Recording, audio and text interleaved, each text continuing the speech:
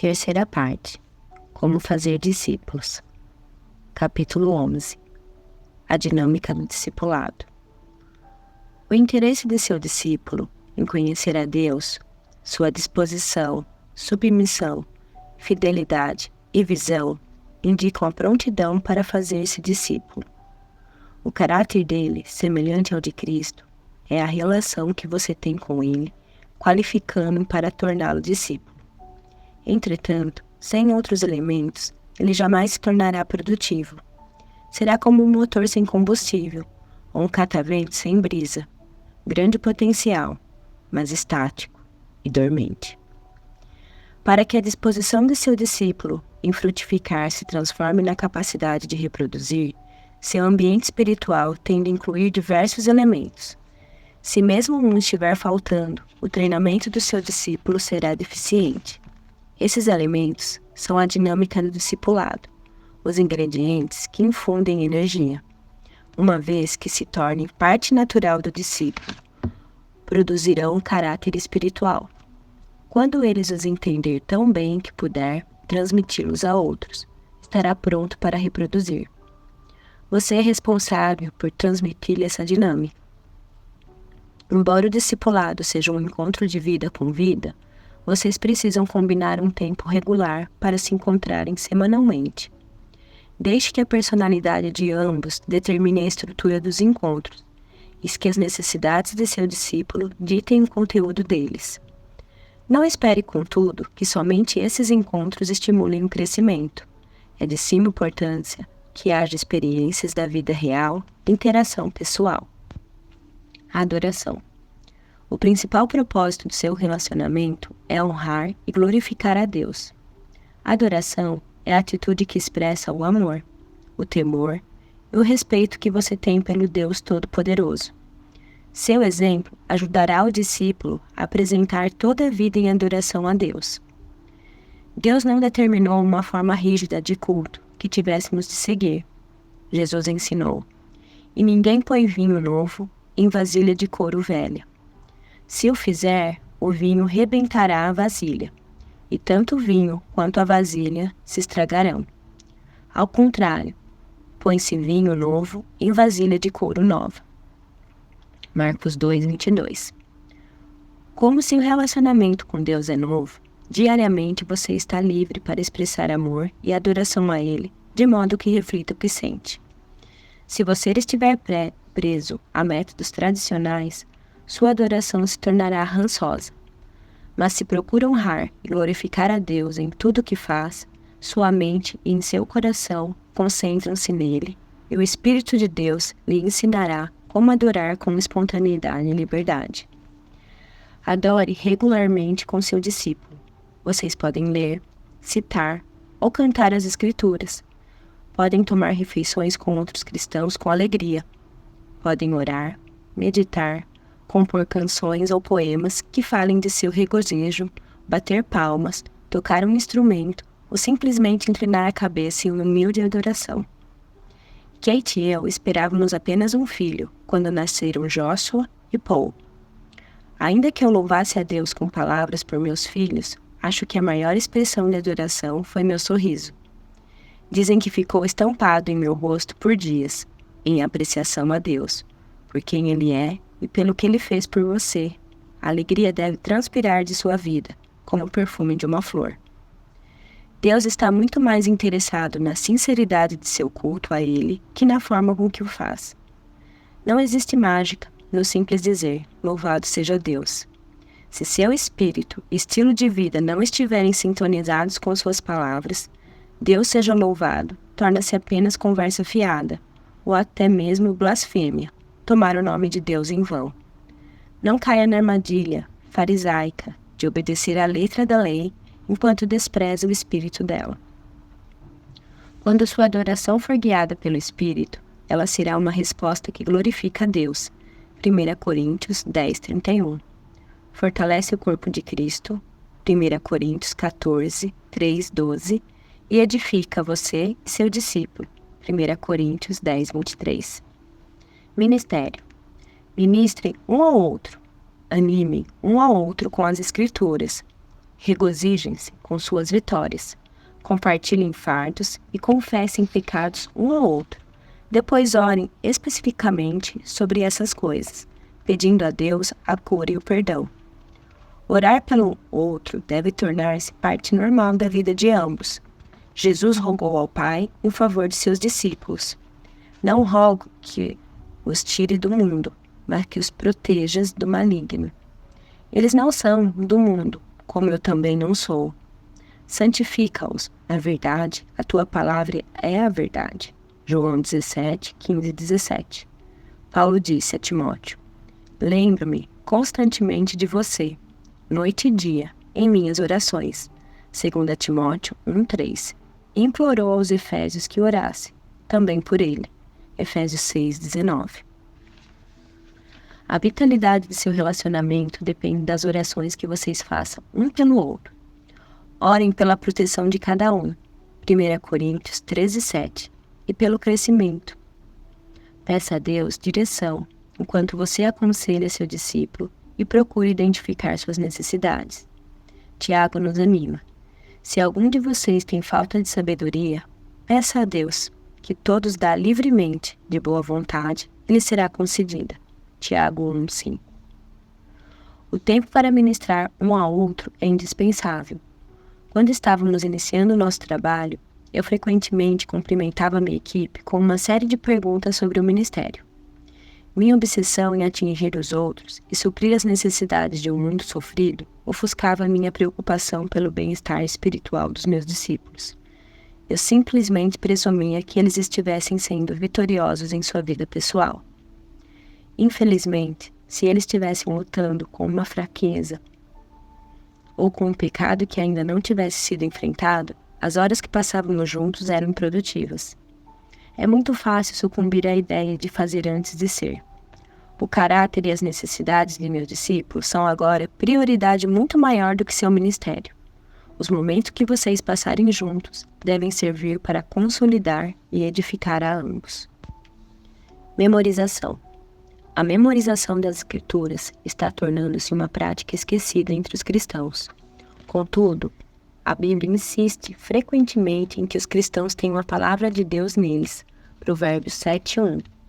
Moisés insistiu com o povo de Israel para que guardasse a palavra de Deus no coração. Deuteronômio 6:6. A memorização das Escrituras é nossa melhor defesa contra o pecado. Salmo 119:11. Quando Jesus foi tentado por Satanás, o Espírito de Deus trouxe-lhe à memória sua palavra e proporcionou poder imediato e sustentador. Lucas 4, de 4 a 12. A memorização das Escrituras é um aliado valiosíssimo para moldar de um caráter semelhante ao de Cristo. É a base para o conselho sábio e para a correção. Uma discípula estava incapacitada pela insegurança e imaturidade provenientes da rejeição e zombarias sofridas durante a infância. De todo o coração, ela queria que Deus a libertasse do ódio de si mesma, mas parecia não conseguir paz interior e autoaceitação. Então sua instrutora começou a memorizar com ela os versículos bíblicos que falam dos atributos de Deus. Semana após semana, recapitulavam essas passagens. Em alguns meses, a palavra de Deus produziu nela uma nova profundidade de santidade, maturidade e segurança. A memorização de passagens bíblicas gravará a vontade de Deus no coração do discípulo. Salmo 37:31. Facilitará a adoração e a comunhão. Efésios 5:19. Memorize 1 ou 2 versículos com seu discípulo cada semana e recapitule outros que vocês já tenham aprendido. Orem um pelo outro repetindo um dos versículos memorizados. Você e seu discípulo devem atentar para Colossenses 3:16. Habite ricamente em vocês a palavra de Cristo. Meditação. Meditação é o esforço para conscientizar-se de Deus, uma percepção constante a respeito dele, por intermédio da reflexão e devoção. Salmo 1:2. É consequência natural do nosso amor à palavra de Deus. Salmo 119:47. A meditação coloca-nos na presença de Deus, produzindo paz, confiança e calma, que só podem ser encontradas nele. Certa noite, quando eu estava Em Midwest, Mary telefonou-me de Los Angeles. Alguns membros de uma quadrilha tinham ameaçado de estupro e morte. Eu queria voltar imediatamente para confortá-la e assegurar-lhe proteção, mas era impossível. Disse-lhe então que por meditar na palavra Emanuel, Deus conosco, eu havia encontrado paz em muitas ocasiões, e ela poderia fazer o mesmo. Mary conta que nos dias que se seguiram, ela pensou constantemente no fato de que Deus está conosco, e finalmente experimentou o que era paz. Mesmo agora, quando enfrentamos perigo, meditar em Deus conosco traz calma e confiança. Ao refletir na palavra de Deus, Jeremias transformou sua amargura e solidão em alegria. Lamentação 3, 18 e 23. Meditamos na palavra de Deus para que possamos compreender a largura, o comprimento, a altura e a profundidade, conhecer o amor de Cristo que excede todo conhecimento. Efésios 3, 18 a 19. Ensine a seu discípulo que se ficar pensando nos seus temores e nas circunstâncias, ele terá preocupação e ansiedade, ao passo que se meditar, estará focalizando sua mente em Deus, que é sua força. Salmo 4, 1. Como somos profundamente influenciados pelo que pensamos, a meditação produzirá obediência. Salmo 119, 15. E alegria. Medite num versículo que você tenha memorizado. Sugiro 2 modos que o auxiliarão a começar a meditar com seu discípulo. Pergunte sobre as aplicações do versículo. O que este versículo me diz sobre Deus? Que outra verdade este versículo me ensina? Existe um hábito que eu tenho de interromper ou uma prática que eu devo iniciar baseado nele? Repita em voz alta, várias vezes um versículo que você tenha memorizado. A cada vez, destaque uma palavra ou frase diferente. Por exemplo, em João 15,16. Eu os escolhi para irem e darem frutos. Eu os escolhi para irem e darem frutos. Eu os escolhi para irem e darem frutos. Eu os escolhi para irem e darem frutos. Eu os escolhi para irem e darem frutos. Eu os escolhi para irem e darem frutos. Desfrute a verdade e a nova compreensão que cada leitura traz ao versículo. Troquem ideias. Ensino. Cristo instruiu seus discípulos para que ensinassem as pessoas a observar tudo o que ele tinha ordenado. Paulo ensinou toda a vontade de Deus. Atos 20, 27. Ele escreveu: Nós o proclamamos, advertindo e ensinando a cada um com toda a sabedoria, para que apresentemos todo homem perfeito em Cristo. Colossenses 1, 28. Ensine a Bíblia a seu discípulo. Depois que Jesus lhe abriu o entendimento, para que pudessem compreender as Escrituras, Lucas 24, 45, ele instruiu os discípulos a apacentarem as ovelhas dele, João 21, 15 a 17. O que poderá alimentar mais do que a palavra viva e eficaz de Deus? Veja Hebreus 4, 12. Nela, Deus se revela e revela sua vontade ao homem. Provérbio 2, de 1 a 5. Aproxime-se da palavra com a mesma atitude do salmista. Abre os meus olhos para que eu veja as maravilhas da tua lei. Salmo 119, 18. Suas lições devem ser práticas e exatas.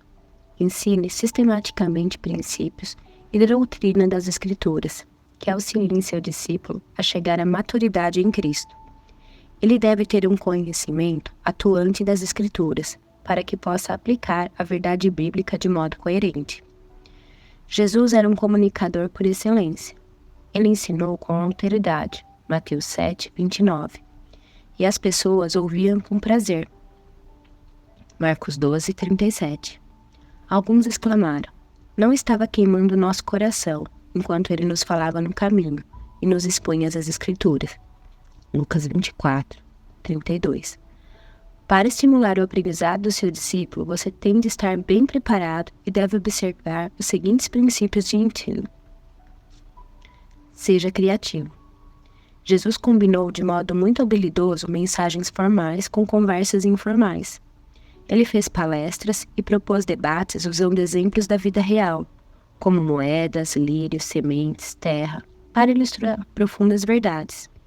Como os discípulos poderiam esquecer a lição de Cristo a respeito do poder e da fé quando ele amaldiçoou a figueira? Mateus 21:19. A variedade ajuda a manter o interesse. Alterne entre estudar um livro e um tema. Mude periodicamente o lugar em que vocês se encontram. De vez em quando, permita que seu discípulo lhe ensine.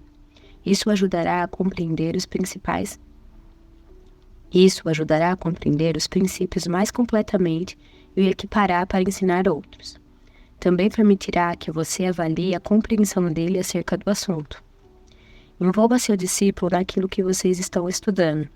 Ele aprenderá melhor como estudar se o fizer com você, em vez de simplesmente escutar uma palestra ou tentar aprender sozinho. Ressalte os princípios bíblicos e as aplicações práticas que vocês fazem juntos. Ele precisa ver que você tem tanta fome das coisas que está ensinando quanto espera que ele tenha. Repita lições ou princípios importantes. Paulo disse: escrever-lhes de novo as mesmas coisas não é cansativo para mim, é uma segurança para vocês. Filipenses 3:1. Pedro declarou: por isso, sempre terei o cuidado de lembrar-lhes essas coisas, se bem que vocês já sabem e estão solidamente firmados na verdade que receberam. 2 Pedro 1:12. Seja flexível.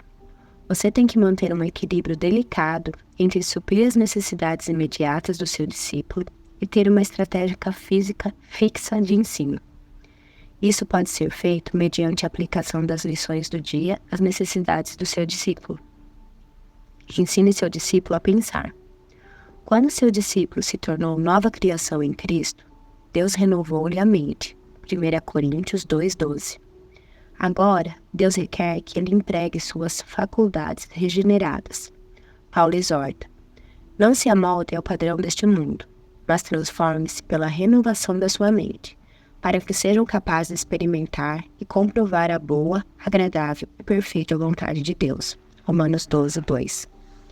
Cristo ensinou seus discípulos a pensar, forçando-os a chegar às suas próprias conclusões. Ele fazia perguntas que estimulavam a descoberta por si mesmo. Muitas vezes ele respondia as perguntas com outras perguntas. O ensino dele, por meio de parábolas, leva-os a ponderar o significado das palavras do Mestre.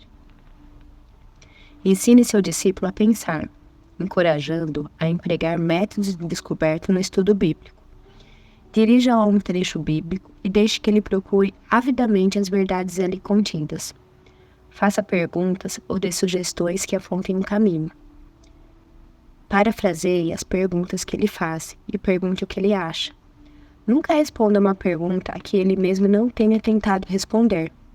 Ele aprenderá princípios bíblicos muito melhor se os descobrir por si mesmo, do que se for lhe dado uma resposta padronizada ou uma fórmula aprovada por você.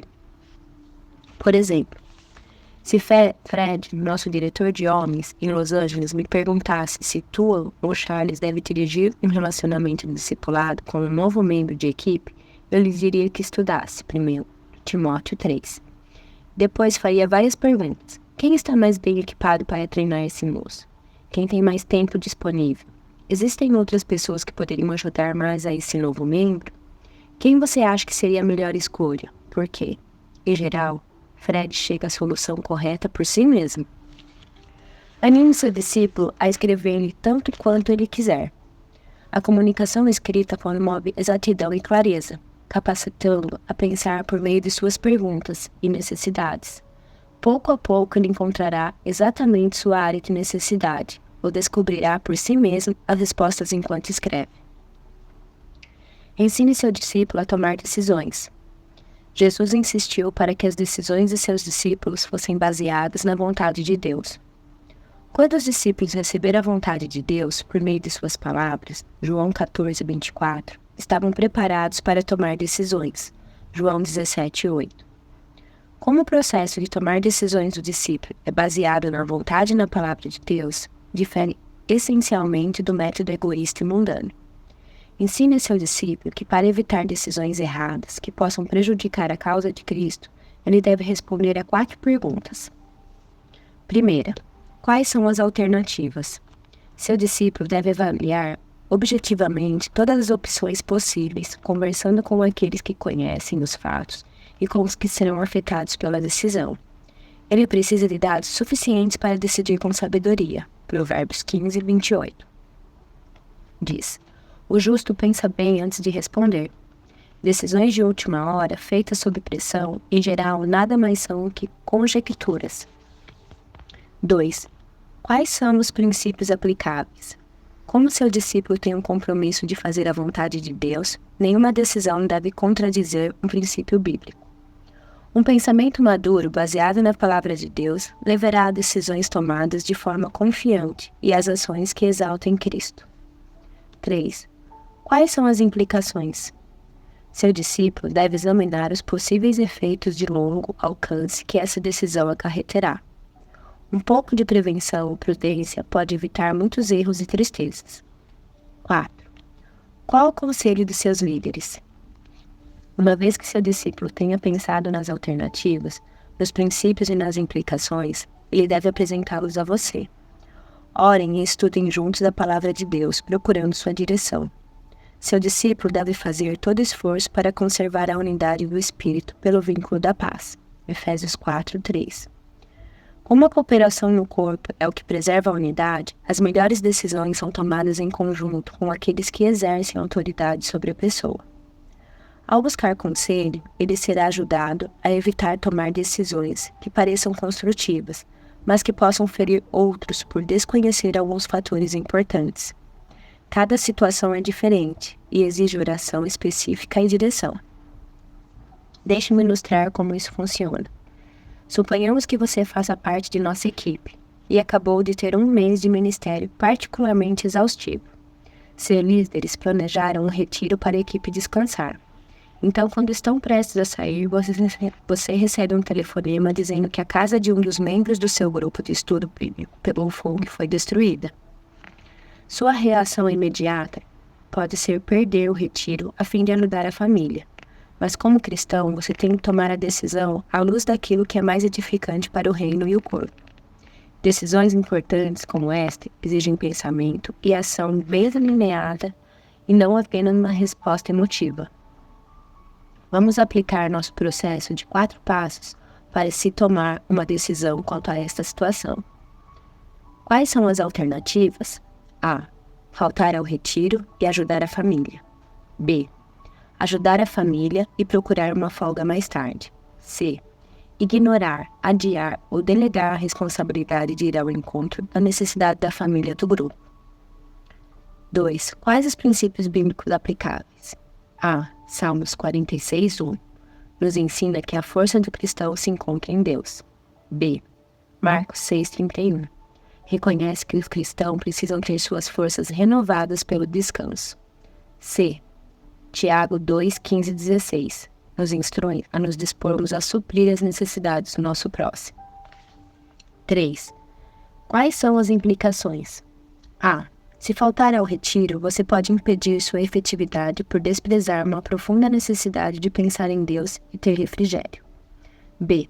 Se você tentar uma folga mais tarde, talvez tenha de cancelar muitas atividades do ministério que já estejam planejadas.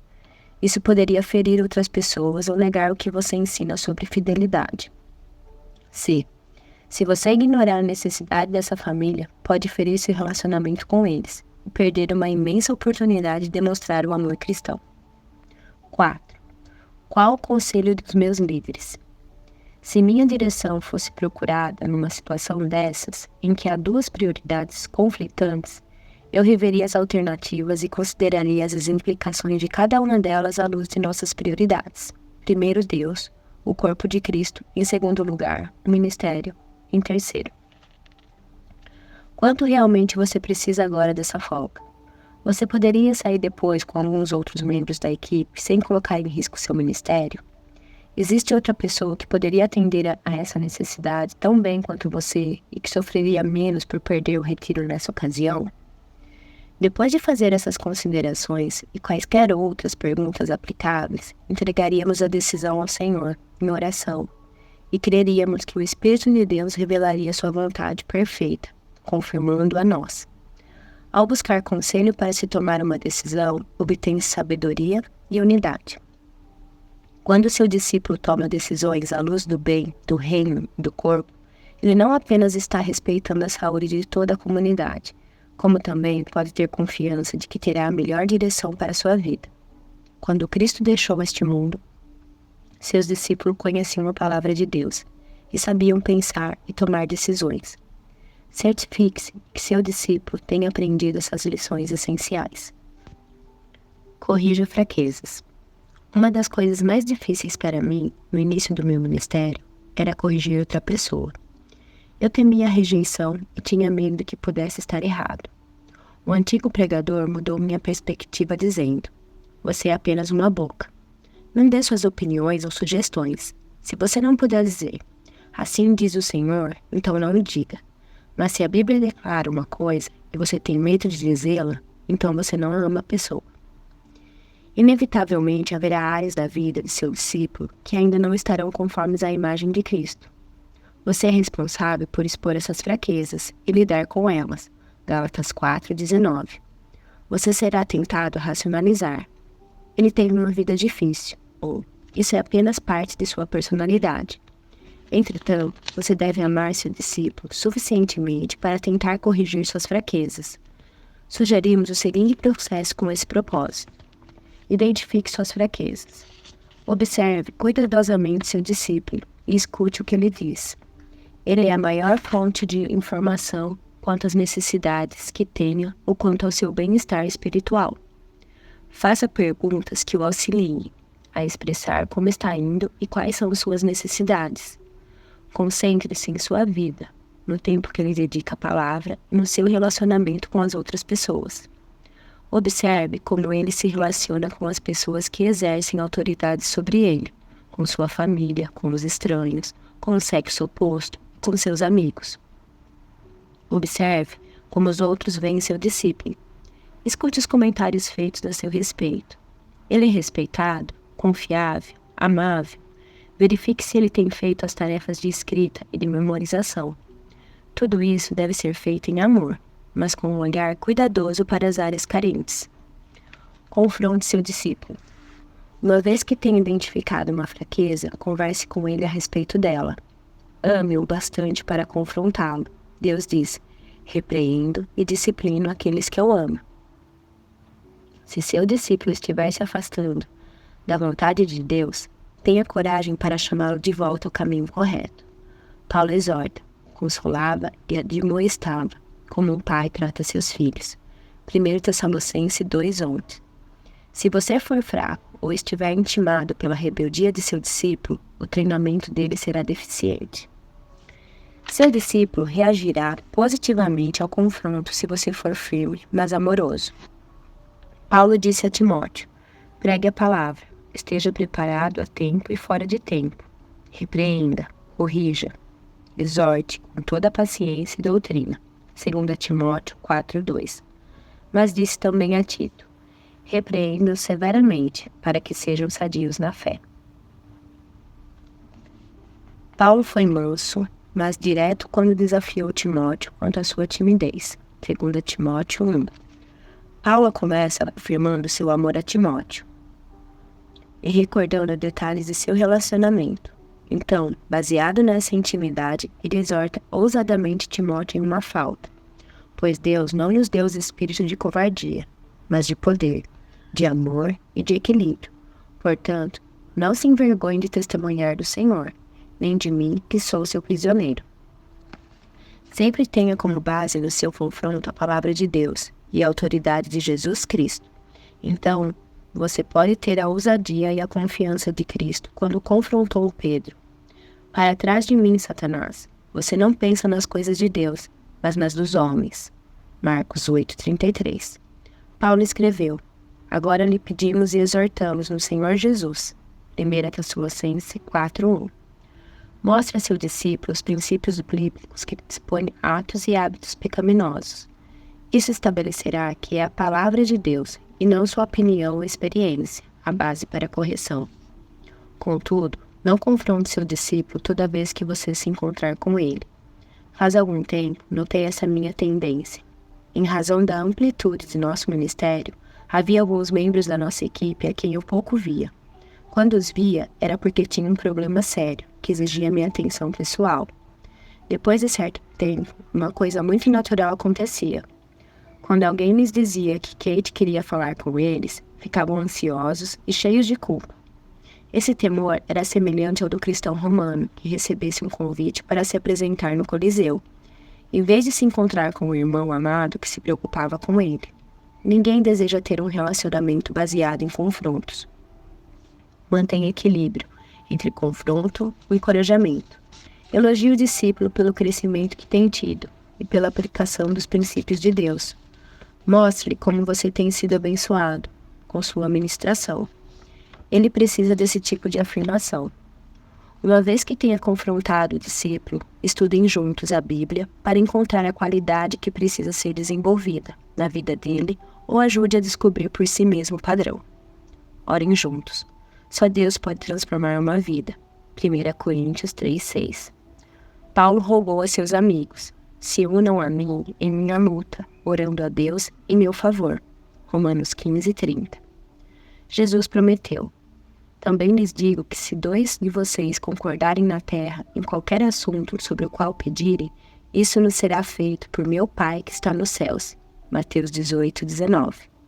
Em oração, façam um compromisso de transformar essa fraqueza em força. Desenvolva uma estratégia. Uma estratégia é uma série de passos que levarão seu discípulo a atingir o alvo. Esses passos devem ser específicos, claramente definidos e factíveis. Sugiro 3 elementos vitais que precisam ser incluídos em toda estratégia para eliminar a fraqueza. Primeiro, estudo bíblico. Muitos não estudam a Bíblia porque ela os repreende, mas a mudança vem pela consolação das Escrituras. Romanos 15:4. Deus abençoa ricamente aqueles que a obedecem.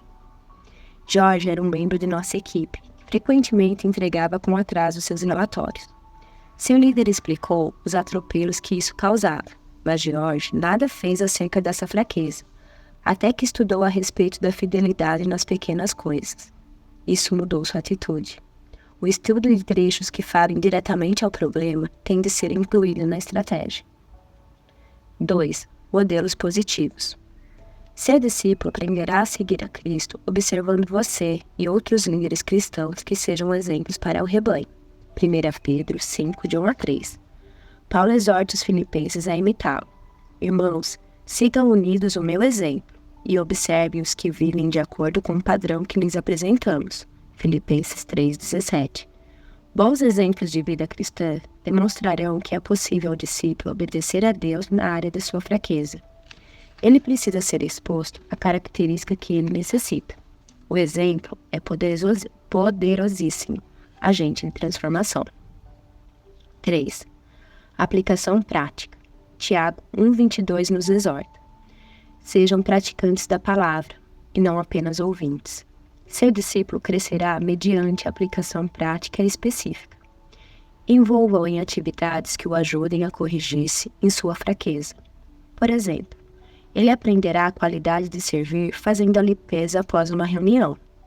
Ele não deverá participar de atividades que impeçam que ele amadureça e vença a área de fraqueza. Dirigir um estudo bíblico, por exemplo, pode alimentar seu orgulho e ser contraproducente. Seu discípulo tem de ver essa estratégia como dele, não há um imposto sobre ele. Incorpore suas ideias sempre que possível. Afirme que você o auxiliará e animará a seguir esse plano. Considere-o responsável. Mesmo que esse seja um processo longo, é excelente investimento de tempo. Se seu discípulo entende os princípios e sabe aplicá-los, estará bem equipado para lidar com futuras fraquezas na sua vida e na daqueles que ele conduzirá. Igualmente importante, esse processo comprovará seu amor por ele e reforçará a confiança dele em você, como alguém que busca a vontade de Deus em toda decisão que toma. Como a confiança é fundamental para a sua missão, desta forma, ao lidar com fraquezas de seu discípulo, você o ajudará a submeter-se em alegria e autoridade de Deus. Desenvolva seus pontos fortes. Você é responsável por cultivar os pontos fortes de seu discípulo, para promover seu crescimento e desenvolver os talentos dados por Deus. Primeiro, certifique que as aparentes qualidades de seu discípulo não são fontes de orgulho. Se forem motivos de orgulho, enfrente-as como fraquezas. Depois, desenvolva uma estratégia para aprimorar seus pontos fortes. Essa estratégia precisa incluir estudo bíblico, modelos positivos e aplicação prática, como já falamos.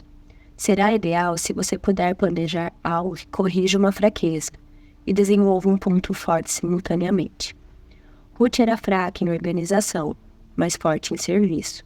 Assim, demos a ela a responsabilidade de supervisionar as refeições para a nossa equipe de Los Angeles. Isso inclui o planejamento das refeições, a organização das compras e a atribuição dos cozinheiros. Sua atitude de serva motivava os outros a fazerem as tarefas. Isso a fortaleceu.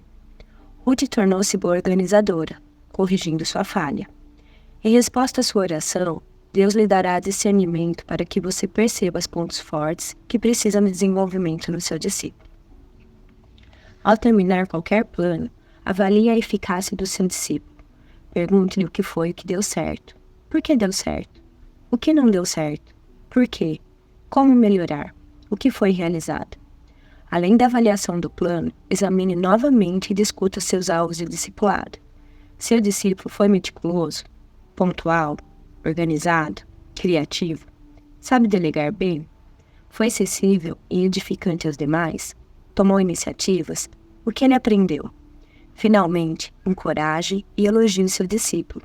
Então, quando outra tarefa mais difícil surgir, faça o elogio máximo, delegue a ele.